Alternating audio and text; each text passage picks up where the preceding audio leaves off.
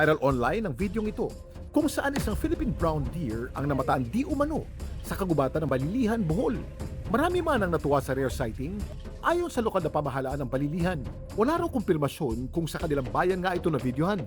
Ang usa sa video, isang Rusa Mariana o Philippine brown deer. Endemic o tanging sa Pilipinas lang makikita. Naninirahan ang mga ito sa mga isla ng Luzon, Polillo, Catanduanes, Mindoro, Marinduque, Samar at Mindanao.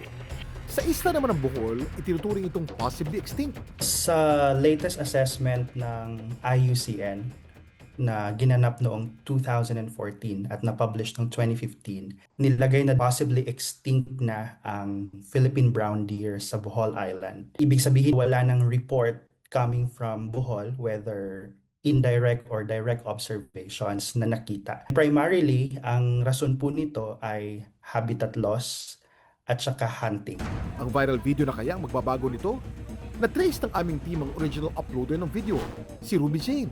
Nitong June 17 na raw nakaengkwentro ang usa. Pumunta kami doon sa Panamin. Daanan po namin yung dare doon. Na-amaze kasi ako sa kanya. First time ko yun makita po. Kaya bumaba ako sa sasakyan para videohan.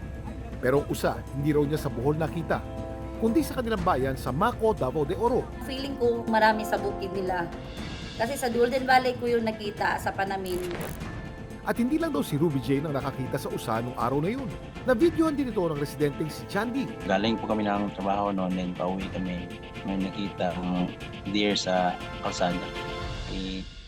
Alam naman namin na hindi pumupunta sa kalsada yan, sa kagubatan yan. And nintuwa namin, binidyohan. Naturally, meron talagang records ng Philippine brown deer sa Mindanao. Hindi ko lang alam kung ano talaga ang situation nito sa Davao de Oro, pero naturally, mailap talaga ang mga brown deer dahil sila ay wild species.